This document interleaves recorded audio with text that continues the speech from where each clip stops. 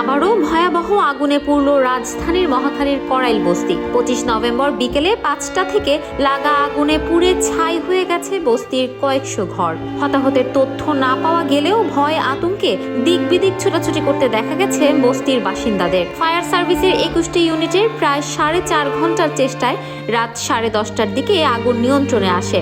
Gas cylinder বিস্ফোরণে বস্তির বিভিন্ন কলোনিতে আগুন ছড়িয়ে পড়ায় ঘর ও দোকান পুড়ে নিঃস্ব হয়েছেন অনেকেই। বস্তির বেশিরভাগ বাসিন্দা পোশাক কর্মী, রিক্সা চালক, হকার বা দিনমজুর, যাদের বেশিরভাগই আগুন লাগার সময় ছিলেন না বাড়িতে। ওটা নিয়ে পারবে নাই, আর সার্টিফিকেটের কাগজ পোস্ট কিচ্ছু নিয়ে পারবে নাই। লেখাপড়া করতেছে শুরু দুইটা, এটা আর এর বড়টা, আর এটা আয়ে ভর্তি করলাম, এটা 7-এ পরে এবার 8-এ উঠবো। কম্বল টম্বল মানে নতুন নতুন জ্যাকেট ট্যাকেট যা আসলে সব পুড়ে গেছে। কইছি এখন কিছু লাগবে না বাবা, শুধু তোর বাবা আসলে পরে তো করে কিনে দিতে পারবি। বউবাজার এলাকার একটি চায়ের দোকানের গ্যাস সিলিন্ডার বিস্ফোরণ থেকে আগুনের সূত্রপাত হয় বলে প্রাথমিকভাবে জানা গেছে। মুহূর্তেই আগুনের লেলিহান শিখা ছড়িয়ে পড়ে জামাইবাজার, কুমিল্লাপট্টি, বরিশাল পট্টি সহ আশেপাশের কলোনিগুলোতে।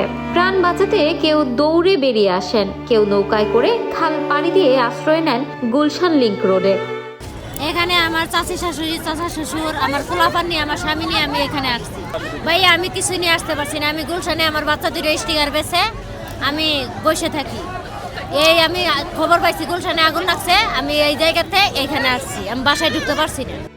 এই ঘটনায় খবর পেয়ে ছুটে যায় ফায়ার সার্ভিসের 16টি ইউনিট। সন্ধ্যা 6:05 প্রথম ইউনিট ঘটনাস্থলে পৌঁছে আগুন নেভানোর কাজ শুরু করে। এরপর দফায় দফায় আরো 5টি ইউনিট যুক্ত হয়। তবে ভিড়, পানির সংকট আর ভয়াবহ যানজটের কারণে দমকল কর্মীদের পড়তে হয় প্রবল বিড়ম্বনায়। আর উৎসুক জনতার ভিড় সামাল দিতেও হিমশিম অবস্থা হয় পুলিশের। তবে ঠিক কতগুলো ঘর ও দোকান আগুনে পড়েছে তা এখনো নিশ্চিত করেনি ফায়ার সার্ভিস। কমপক্ষে 1 লাখ মানুষের বসবাস এই করাইল বস্তিতে, যেখানে গত বছরের 24 মার্চ ও 18 ডিসেম্বরেও ঘটেছিল একই ধরনের ভয়াবহ অগ্নিকাণ্ড। Desk report, campus Times.